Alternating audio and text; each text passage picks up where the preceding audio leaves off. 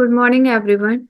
Today we'll discuss a crucial topic in food engineering, the design and selection of food processing equipment. This forms one of efficient food manufacturing processes, ensuring quality, safety, and compliances with industry standards. When discussing food processing equipment, the following aspects are fundamental. The first one is containment of material to prevent contamination. Second point is strength to handle operational pressure and loads. And the third point is efficiency in energy and material transfer during processing. And the last point is resistance to corrosion and adherence to safety regulation. So today I'm going to discuss about brief discussion about the design and selection of food processing equipments.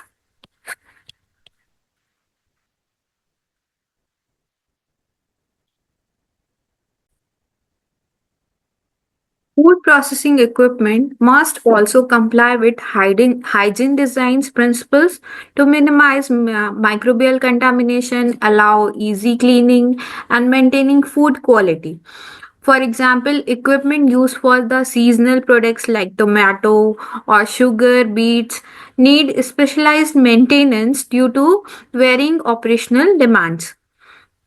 So, first slide is about sizing and costing of equipment. The sizing of food processing equipment is based on the material and energy balance around each process unit. So, the sizing food processing equipment is based on basically material and energy balance for each process unit. Engineers use process block diagram and property databases to determine requirements. Key consideration includes like oversizing, flexibility, costing. In oversizing, typically a 10 to 20% excess capacity is built in to handle production peaks, equipment breakdowns, or change in operating condition like higher humidity in cold storage and etc. And again, I'm discussing about the flexibility. So instead of one large unit, multiple small units are preferred for operational flexibility and reduce maintenance cost. And the other critical factor is the costing. For material including raw or fabricated components, it includes the cost of the equipment, and standardized equipment is cheaper compared to customized equipment.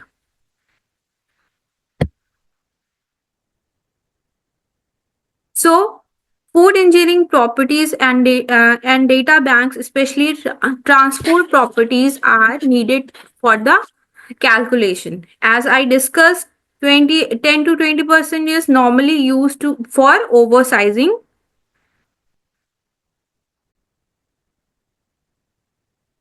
So I'll go on next slide. Sizing and costing of equipment, it continues here. Equipment sizing also depend on the manufacturing plant of the food company. Thus, it greater flexibility is desired. Two smaller unit are better than a large one. So as I discussed earlier, that the flexibility is very necessary. Splitting the capacity of the process and utility units may also be advantageous for more steady flexible operations for reduction of the maintenance cost of the whole process plant. As earlier discussed, cost is also a major component when you are going for the equipment construction and everything. So cost is very important part. If you are going for the cheaper variant, then you have to pick the standard size. If you're something you need something specialized, then you have to custom your equipments according to customization. The cost will be increases.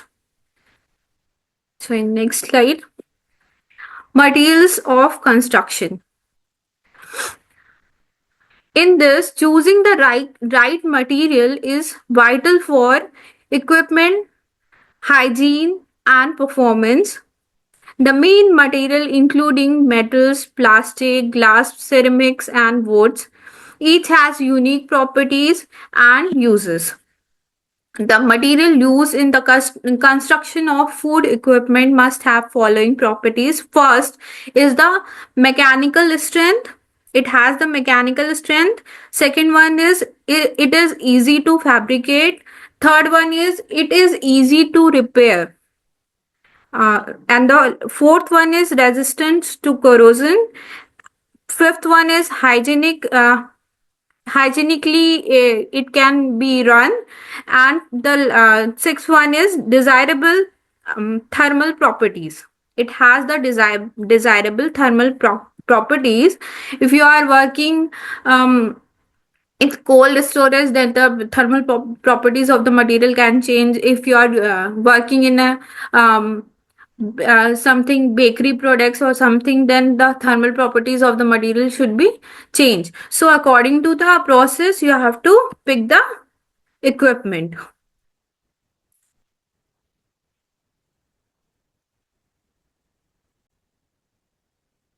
Material of construction, there are many factors that enhances the corrosion. And as you know, if corrosion enhances, the equipment, what I say, the equipment,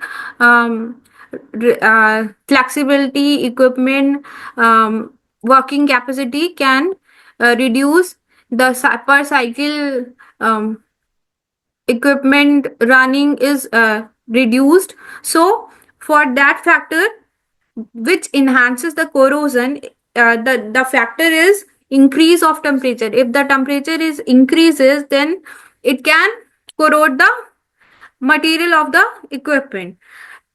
Second point is pressure. Third point is acidity or pH of the food.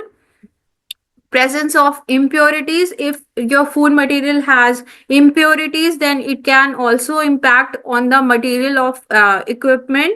Aeration. If there is a air or any kind of uh, nitrogen, oxygen, or other gases are present, then the material should corrode. Relative velocity and the temperature difference during heat transfer. These are the factors which enhances the corrosion.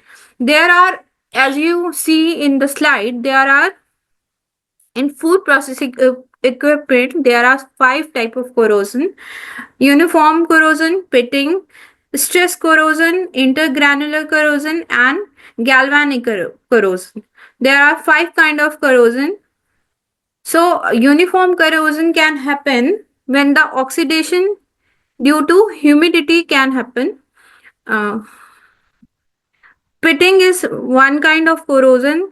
There is a teeny holes on the surface of metal due to the attack of the aqueous solution. Stress corrosion is overloading of the pump and grinding machines, and in intergranular corrosion is it is due to temperature during welding. Galvanic corrosion is due to direct contact of dissimilar metals. We'll go on the next slide.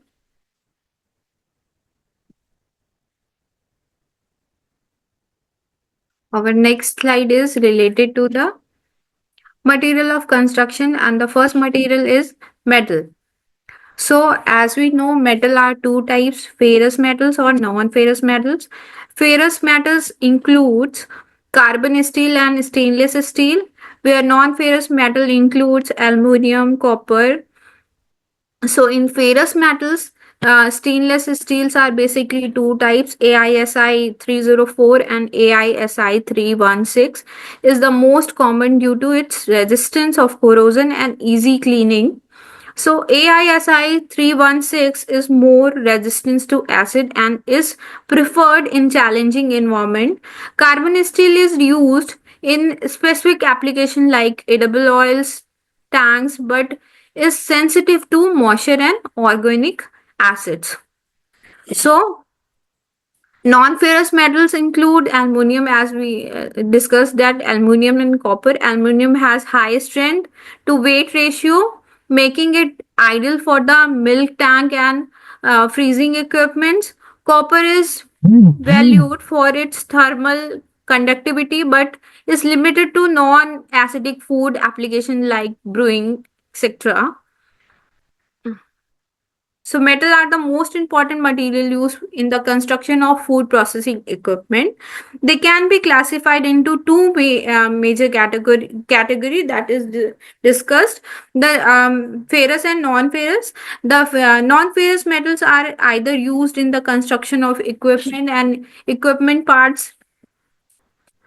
Recently, they have been developed metal containing antimicrobial compound in their structures. Such metals are special stainless steel coated with the antibacterial compound, that is AgION, and a special titanium dioxide that can be used in cutting devices. So this is the recent development in this industry of equipment design. Second is steel. The ferrous metals used for the food processing equipment are carbon steel, low alloy steel, cast iron, stainless steel, and cast stainless steel. As I discussed earlier, stainless steel is the main material used in the direct contact with the food. Basically, I have discussed about the stainless steel types, that is AISI 316 or AISI 304. So carbon steel and low alloy steel are used only in special cases in direct contact with food. In the edible oil industry, mills press oil tanks at temperature below 150 degrees Celsius. So carbon is the main component, 0.03 to 1.7%, that influences the strength of steel, increasing the carbon content, causing an increase of the alloy tensile. For example, the steel strength is tripled when 0.9% carbon is added. So here, if 0.9% carbon is added, then the alloy tensile strength will be increases. A reduction of strain down 14-fold when more than 1.6% of carbon is added. An increase in is hardness up to 3.5 and a reduction of welding ability. So these are the some characteristic of the steel. Now further I'm moving to steel. The addition of the elements such as chromium, nickel, monoplatinum, nickel, titanium leads to alloy metals which has enhanced property. Carbon steel containing less than 4% chromium, whereas chromium content of low alloy steel lies between 4 and 7%. Low alloy steel also contain small amount of molybdenum, that is 0.5% or more, or to increase the high temperature strength.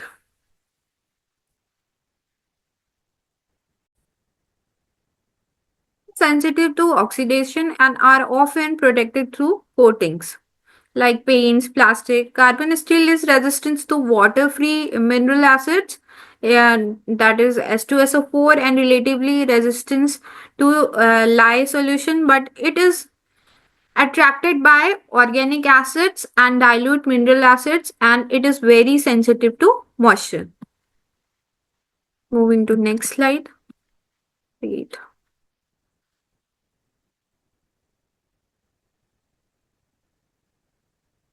Next is stainless steel. I have already discussed the type of the stainless steel. Some other things are there. That stainless steel, high grade stainless steel is the most important type of steel used in the direct contact with food is constructing food processing equipment. Stainless steel are characterized by the chromium content higher than 12%, and by their unrelative, the ability to form an imperial surface coating. So, in stainless steel containing nickel 3.5% is mainly used because this type is more corrosion resistant and more ductile. So both type of stainless steel are resistant to oxidation and acids.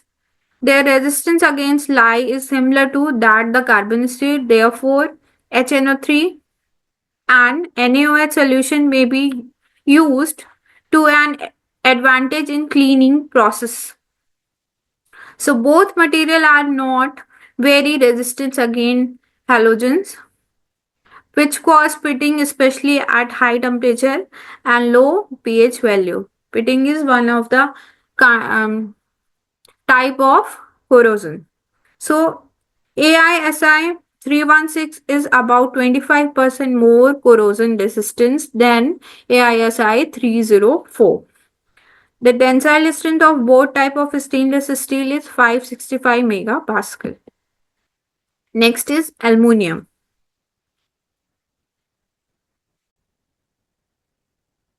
So aluminum is the most widely used non-ferrous metals for food processing equipment. It has the advantage of high strength to weight ratio and commercially pure 99.5% aluminum metal sheet is used in the tank for storage and transportation. Strength remains stable at temperature down to about minus 250 degrees Celsius. Next is copper. So, copper is characterized by its very good electrical and heat conduction properties and its low temperature strength. It is used in some equipment that comes directly in contact with food. And for example, beer brewing ingredients that have the pH below 6 and the pre fermentation and fermentation step of beer brewing. It may also be used in the processing of chocolate and confectionery. And if the manufactured product do not contain acid substance, so it is used in that too. The tensile strength of the copper is about 360 megapascal. Plastics and rubbers. So plastic are corrosion corrosion resistance but have limited mechanical strength suitable for coating and low stress parts. Rubber is used for gaskets, filters, and coatings in friction prone components. So, plastic are usually resistant to corrosion, but their mechanical strength is limited. Their strength depends strongly on the temperature of the material. The upper temperature application limits of most temperature resistance plastics lies at 250 degrees Celsius. So, plastic are as construction material can be divided into two main categories, that is thermoplastic and thermosetting plastics. Thermoplastic are polyvinyl chloride, that is PVC, polyethylene, and um, sorry, PTFE, Teflon.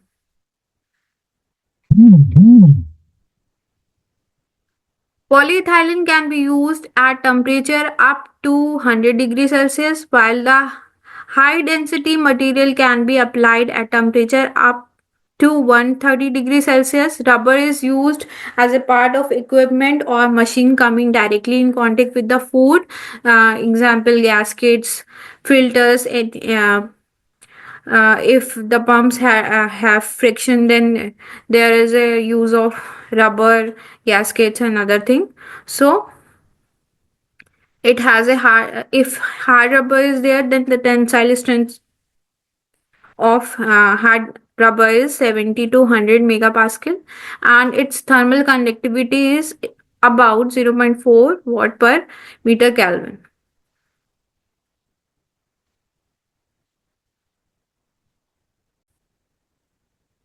It is glass, ceramic, and woods.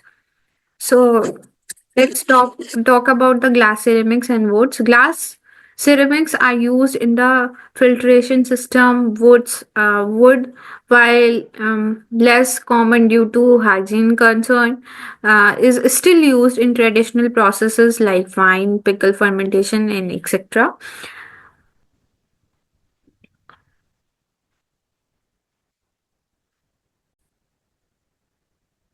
So, wood was used in the part of the fabrication of various food processing equipment, but it is used has been discontinued. The use is has been discontinued due to the hygiene, sanitary, and mechanical strength problem. At the present, wood is used as an inexpensive material in some traditional food processes such as fermentation tank, storage containers for wine, pickles, uh, etc.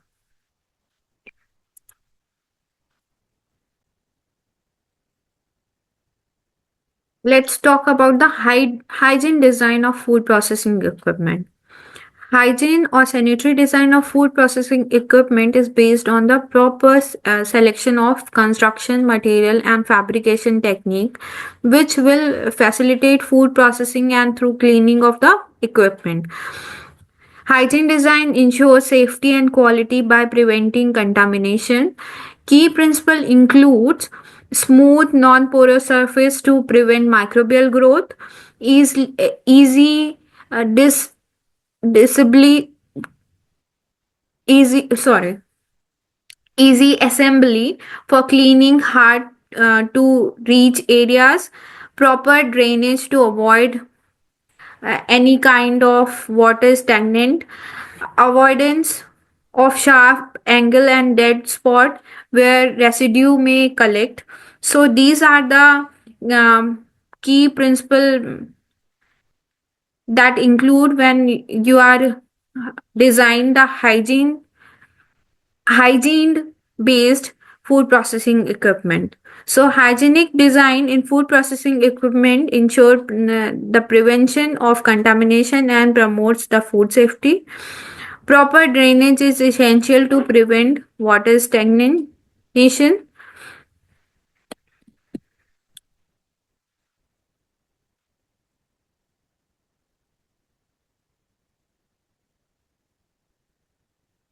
The design and operation of food processes and processing equipment should ensures the microbiological safety of the final food product. Design in engineers, equipment manufacturers, and processors should follow strict hygiene standard and government regulation. Government regulation of the food processing equipment are essential for the manufacture of safe and wholesome food and the protection. In the USA, the following government agency and private organization have published sanitary standard for the food processing equipment.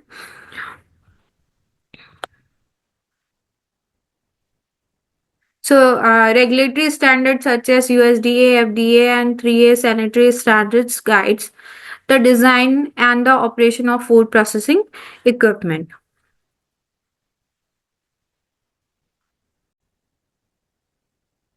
Of food equipment. When we are discussing about the cleaning and sanitation process, efficient cleaning is integral to maintaining food safety. So basically, uh, there is a method for a commonly cleaning process, that is CIP, clean in place. When you are handling the larger plants with automated system for uh, cleaning, there is a several step for the cleaning like pre-rinsing, alkaline wash, acid rinse, final rinse with hot water, and there are these type of steps is included when you are um, working with the food industry. So learning and sanitation should be considered an integral part of food processing design and food processing operation. The food processing equipment should be designed to facilitate the removal and drainage of all process effluent, steam, condensate, waste solids like peels. All dead ends in the tanks, containers, and piping should be eliminated. The food processing equipment must be cleaned easily either by quick dismantle or clean of the part by clean in place CIP technique. The equipment of small food processing plant is usually cleaned by the periodic dismantles of principal units such as pumps, plate heat exchanger, or filters.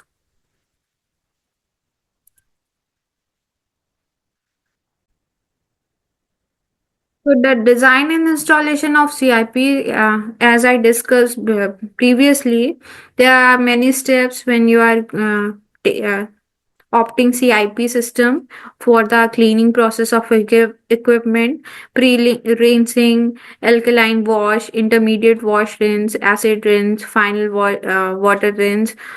Uh, so, uh, for concluding this video lecture, the design and selection of food processing equipment is multidisciplinary process involving engineering, material science and regulatory compliances.